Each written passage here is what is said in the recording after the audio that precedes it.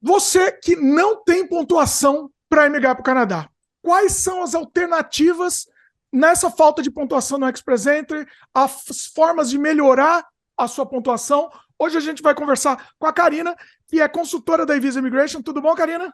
Tudo bem, Dimitri? Tudo bem, pessoal? Beleza. E a Karina vai trazer para a gente essas alternativas aí, né? Como a gente pode melhorar a nossa pontuação? Muita gente faz o teste, né, Karina? Uhum. E fica decepcionado porque não passo, não vou conseguir passar.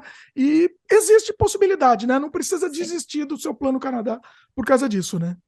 Eu acho que assim, sempre que a gente fala de plano Canadá, né, a gente tem que pensar que não é uma coisa de imediato, né? É uma coisa que você precisa, às vezes, estar se preparando, né? Vai levar, para alguns é mais rápido, para outros vai demorar mais um pouquinho, né? Mas pensa que é uma preparação, ainda mais se a gente estiver falando de Express Entry, né? Que ali você vai estar ganhando pontos por skills, por nível de inglês, por nível educacional. Então, algumas pessoas vão, né, estar mais próximas ali da pontuação ideal, outras vão levar um pouquinho mais de tempo, mas às vezes é isso, ó. Com tempo, um bom planejamento, foco, né, é possível, né, super é possível de atingir. Óbvio que a gente também vai falando aqui de como melhorar essa pontuação e também, assim, outras alternativas ali, mesmo que o Express Entry venha depois, né, ó, vou para o Canadá primeiro, vou fazer um curso, vou ver como é uma oferta de trabalho, então como que, né, meios ali de conseguir melhorar essa pontuação, né? Bacana.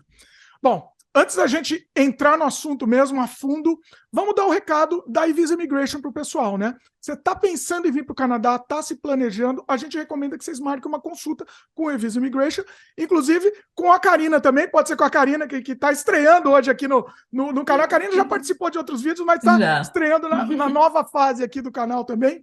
E Legal. você pode marcar uma consulta diretamente com a Karina também, ou com os outros consultores da Visa, né? Karina, como é que faz?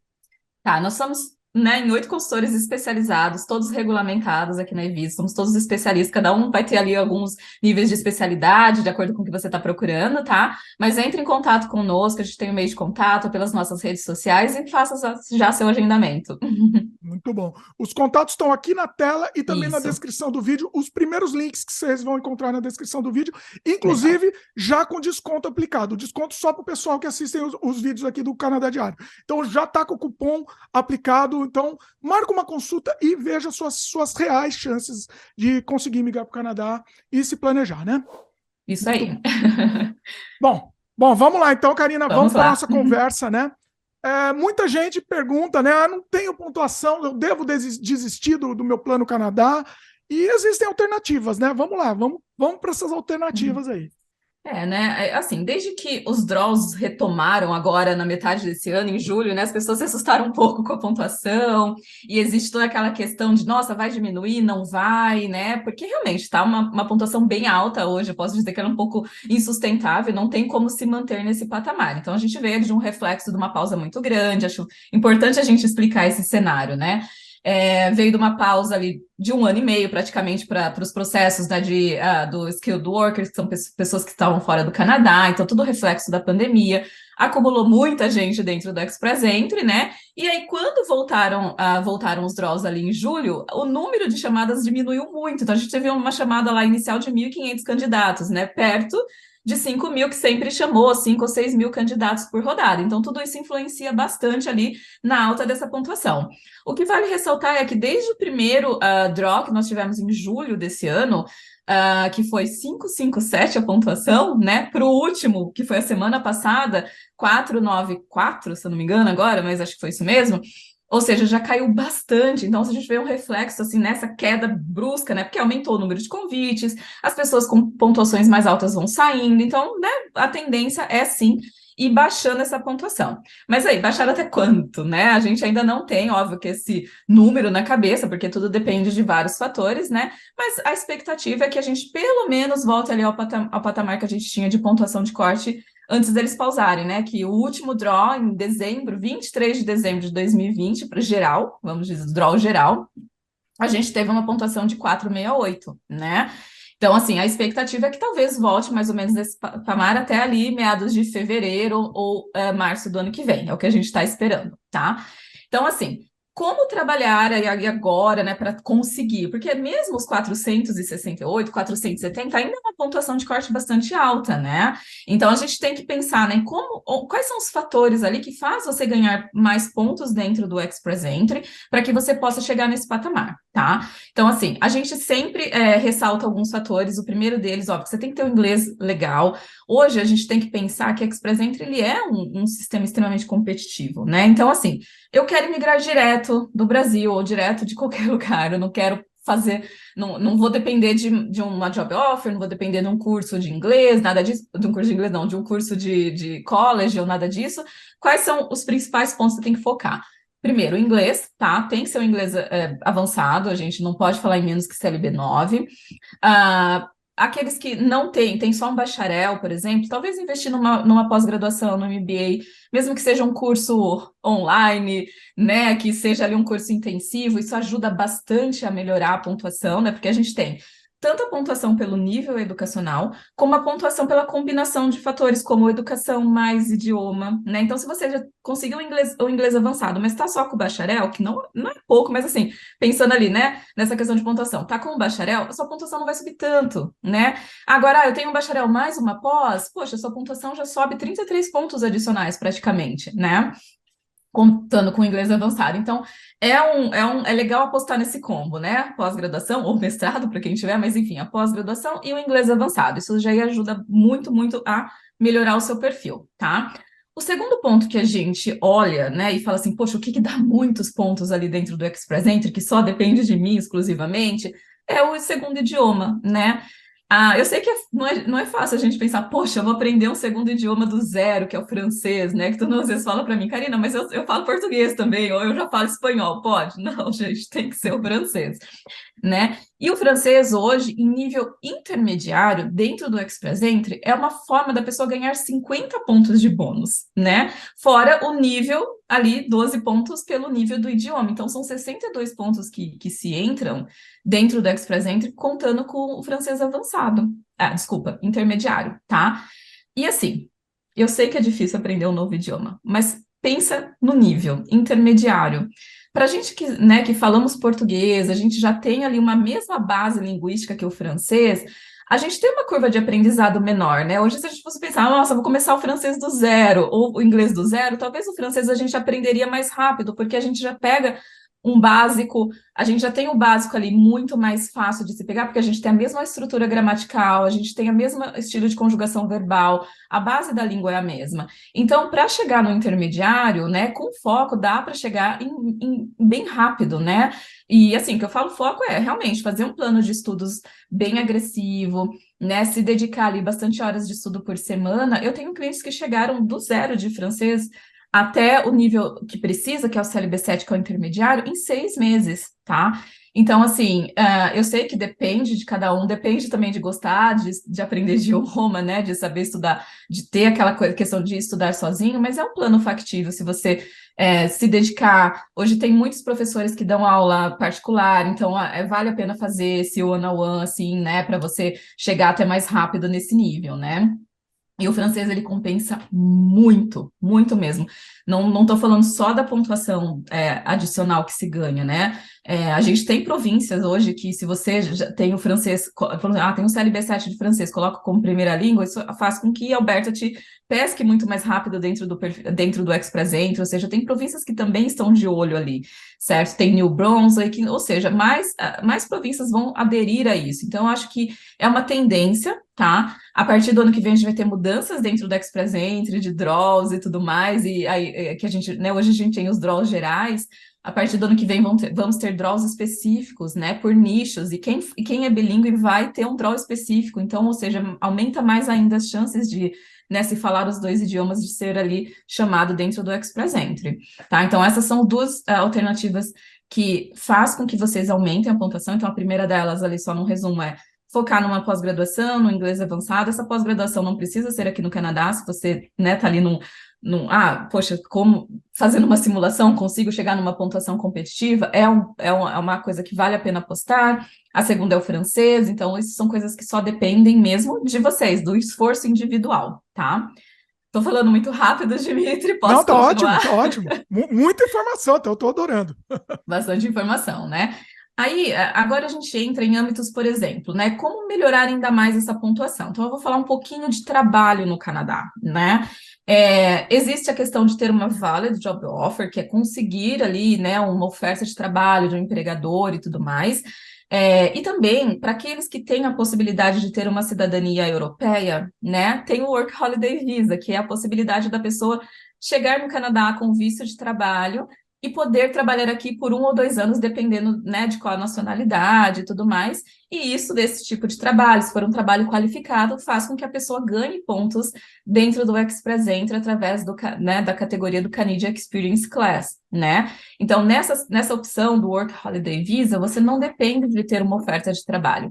Você vai depender, obviamente, de ter uma cidadania europeia, né? Existe até uma cota ali para poucos brasileiros, mas enfim, é bem difícil, é uma coisa bem específica, teria que entrar mais no detalhe, mas no geral, ter uma cidadania europeia, portuguesa, italiano, enfim, pode te abrir um pouquinho de portas, assim, não é, o que eu gosto de abrir um parênteses aqui, falando assim, não que se você ter uma cidadania europeia vai ser mais fácil de você emigrar, porque o sistema de imigração ali não faz essa distinção, olha, se você é europeu, você vai emigrar mais fácil, não é isso, mas tem a possibilidade de vir para o Canadá com visto de trabalho, sem ter uma oferta de trabalho inicial, chegando aqui conseguir um trabalho qualificado, tudo isso pode te ajudar ali com pontos adicionais pela experiência de trabalho no Canadá, tá? Para aqueles que não têm essa possibilidade, né? Aí, assim, batalhar por uma oferta de trabalho. Existem processos como o LMIA ou o Global Talent Stream, para quem é da área de tecnologia, né? No qual o empregador faz meio que um suporte, vamos pôr assim, um sponsorship do visto de trabalho, né? E esse sponsorship, esse processo completo dá ali 50 pontos adicionais dentro do Express Entry, né? Esse aqui é um pouquinho, né? Não depende só da pessoa, depende de ter um empregador, depende de, enfim, de outras questões, mas é uma forma de ganhar pontos adicionais dentro do Express Entry, né?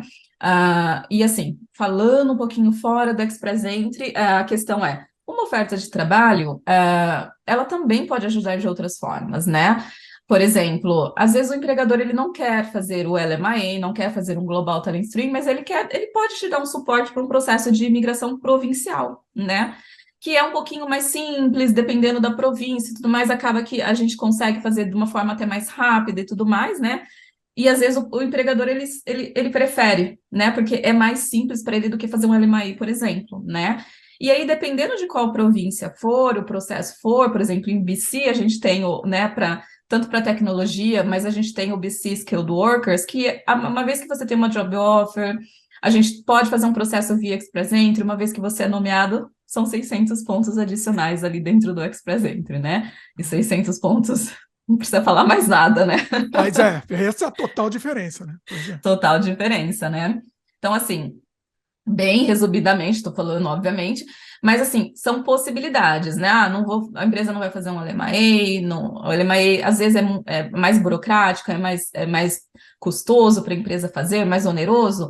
Poxa, vamos falar com a empresa, vamos tentar negociar aí um suporte por um processo provincial, né? Que acaba sim sendo bem menos oneroso para a empresa, não tem custo, né? Tem um custo, enfim, bem mínimo, mas muito que, enfim, a gente consegue negociar, mas assim, é muito mais simples de se fazer comparado ao LMAI. Todo mundo fala, poxa, Karina, é fácil conseguir uma oferta de trabalho, é fácil. Mas vamos falar que não é fácil, mas não é impossível, certo? E para profissionais qualificados, dependendo de qualificação, dependendo de como for, existe uma demanda muito grande aqui no Canadá, certo? Acontece, já fiz vários processos, tanto por BC quanto por Ontário, Atlântico, gente, as províncias do Atlântico têm o Atlantic Immigration, que é um programa que ele é com foco em juntar ali o empregador com profissionais estrangeiros, porque existe uma demanda muito grande. Tanto é que as 4 províncias que são cadastradas no programa, elas têm ali, né, quando a gente entra no processo do IEP, que é o Atlantic Immigration Program, ele tem toda a lista dos empregadores, ou seja, às vezes eu já posso afunilar por ali, procura aquela lista, ela é pública, vou ver as vagas que tem, já vou me candidatar, por quê? O empregador que está ali, ele é designado, ele já conhece o programa, ele já está propenso a dar o suporte, né? Então, assim, é meio caminho andado, vamos dizer assim. Óbvio que a gente vai conversar, vai ter que falar com o empregador, mas assim, já é meio caminho andado, porque ele está numa lista de um processo de migração do governo, então ele já passou ali pela parte de credenciamento, ele já sabe os trâmites, né? Então é muito mais fácil, enfim, para esse empregador ali dessa lista designada fazer o suporte para o processo. A gente fala bastante, por exemplo, de fazer uma visita exploratória, né? Então, assim, a visita exploratória, óbvio que você não vai chegar aqui para trabalhar como visitor, nada disso, mas às vezes você já está em contato com alguns empregadores, e aí precisa fazer talvez aquela fase presencial de entrevista, né, e tudo mais. Eu acho que funciona super bem. A gente tem a província de New Brunswick, por exemplo, que eles têm um processo do Strategic Initiative, que também é para quem fala francês em nível pré-intermediário, mas enfim, eles têm um processo de visita exploratória que pode facilitar muito depois, né, a gente já seguir um caminho ali pela província de imigração, entendeu? Então, assim, às vezes, fazer um planejamento de uma visita exploratória vale a pena se você já está prospectando, se você já tem ali contatos com empregadores, se você já chegou a fazer uma fase inicial de entrevista, talvez, né, falar assim, não, eu estou indo para aí, eu vou fazer eu quero fazer uma entrevista presencial, quero que vocês me conheçam e tudo mais, pode ser também uma boa alternativa. E nesse momento, né, já entrar numa negociação ali, a gente fala, olha, eu vou fazer um LMA, eu vou fazer um suporte para um processo provincial, né, de skilled workers, enfim, né? Acho super válido também. É óbvio que a gente não falou da mais comum, né? Que acho que hoje praticamente 80% das pessoas vão optar por um programa de estudos no Canadá realmente, né? Eu acho que, assim, hoje a gente tem alternativas bastante interessantes nesse sentido, que dá para fazer um bom planejamento. Então, a velha receita de bolo, vamos dizer, college e tudo mais, ela funciona muito bem, né? Porque eu sempre falo que é um projeto para a família, digamos assim, né? Porque um dos cônjuges vem estudando, pode trabalhar part-time. Enquanto ele está no college, a gente sempre recomenda um college de 2 anos, que é para poder, enfim, ter um plano ali, um tempo bom, né? Um time frame muito bom ali, para que a gente consiga focar em várias alternativas e tudo mais, né? Então, assim, a gente recomenda um college de 2 anos, no geral, público, tá? O cônjuge, né, o marido vem, ou a esposa vem, que não vai estudar, vem acompanhando com visto de trabalho full-time.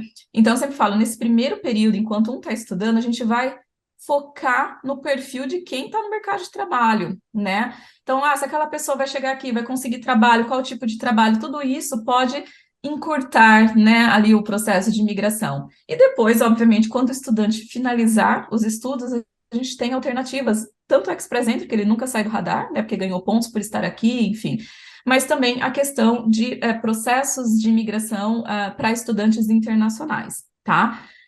College é uma ótima alternativa, e eu também dou dica, né, questão de quem tem condições de fazer um mestrado, tanto em BC ou em Ontário, pensem nisso consideravelmente.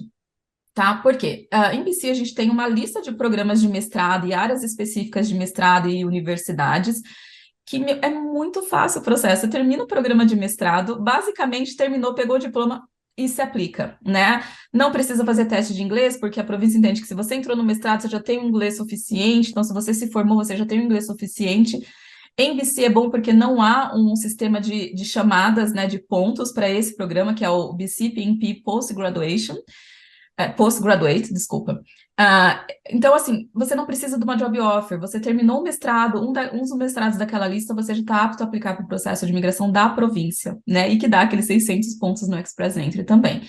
Em Ontário, a gente tem também o programa para mestrado, para qualquer mestrado, né? Não tem uma lista de cursos específicos, então, fiz um mestrado numa universidade pública em Ontário, terminou o curso, você não precisa de uma job offer, você se inscreve ali, faz uma expressão de interesse no programa, isso vai gerar uma pontuação e você vai concorrer nas chamadas, né, que o Ontário faz ao longo do ano. Então, assim, para quem terminou um college, precisa de uma oferta de trabalho qualificada. Para quem terminou um programa de mestrado né, nessas duas províncias, em BC, uma lista específica de programas específicos, em Ontário, qualquer mestrado em universidade pública, já pode praticamente migrar diretamente, né? Então, essas são boas alternativas a se considerar no seu plano Canadá. Muito, muito bom, hein? Muito bom, Karina. Acho que deu uma elucidada muito grande aqui pro pessoal. Pessoal, se vocês gostaram da Karina, querem marcar uma consulta com ela, entre em contato aqui, tá aqui embaixo na descrição do vídeo. Vou falar aqui o e-mail também para facilitar, canadadiario@evisaimmigration.com. immigration.com. Immigration com 2 M's, tá? Tá aqui Isso embaixo, mesmo. estão todos os contatos aqui embaixo, e também já tá o link direto para você marcar consulta, aí você seleciona a Karina lá como consultora. Isso, Vale a pena, aproveita o cupom do Dimitri, marca uma consulta com a gente, marca uma consulta comigo e vamos rever aí o seu perfil, vamos falar de alternativas, vamos ver o que mais se enquadra para você. Hoje tem bastante opções, bastante alternativas, e é o que eu falei lá no começo, né? Com bom planejamento, com bom foco, e mantendo o plano ali, dá para fazer, certo? Dá para fazer. Acho que o Canadá hoje tem muitas alternativas, é um país muito aberto e, né, acabou de anunciar no começo de novembro, né, no 1º de novembro, as metas. A gente está aqui com uma meta de até 1,5 milhão de candidatos até 2025, né? Olha. Então, assim, tem que ter foco, tem que fazer o planejamento certinho. Muito bom, muito bom. Karina vai voltar aqui. Comenta aí, faça suas perguntas, faça aqui embaixo as perguntas, que a Karina vai voltar aqui para conversar mais com a gente aqui. Muito bacana. Com certeza. Karina, obrigado. Incrível papo, muito bom. Aprendemos muito hoje aqui. Eu que agradeço. Espero que tenha. Eu falei de forma bem resumida, mas espero que eu tenha dado ali, né, um bom esclarecimento, um bom resumo de tudo para que vocês entendam, né, enfim, um pouquinho desse sistema todo, tá? Espero que vocês tenham gostado. Muito bom, muito bom. Pessoal, gostou do vídeo? Lembra de dar um like aí pra gente? Se inscreve no canal se ainda não é inscrito, clica no sininho de notificação. E gostou desse vídeo? Aprendeu alguma coisa hoje? Passa para frente, espalhe no WhatsApp, Facebook, passa para frente. Vamos fazer alcançar mais pessoas. Beleza? Isso aí. É isso. Valeu e até a próxima. Até a próxima, pessoal.